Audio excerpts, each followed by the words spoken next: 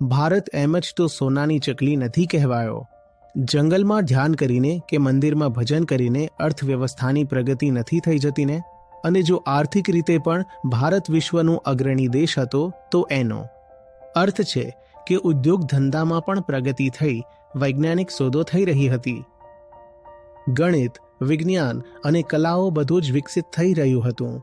જૂની ઇમારતો જુઓ, જૂના મંદિરો જુઓ, અદ્ભુત સમન્વય છે. આધ્યાત્મિક રીતે પણ વિશ્વની રાજધાની, એટલું જ નહીં વિશ્વગુરુ, અને આર્થિક રીતે પણ.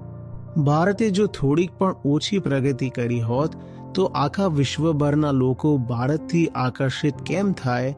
ભલે તેઓ ભારતને આર્થિક રીતે લૂંટવા માટે આકર્ષિત થયા હોય, પણ એમાંથી તો એ જ સાબિત થાય છે કે અહીં લૂંટવા માટે ઘણું બધું હતું. મહાનતા બહુ મહેનત અને સાધના માંગે છે. આજે ભારતને ફરી મહાન બનાવવું છે તો પોતાની અંદર દ્રઢતા લાવો અને સત્ય પ્રત્યે નિષ્ઠા પેદા કરો.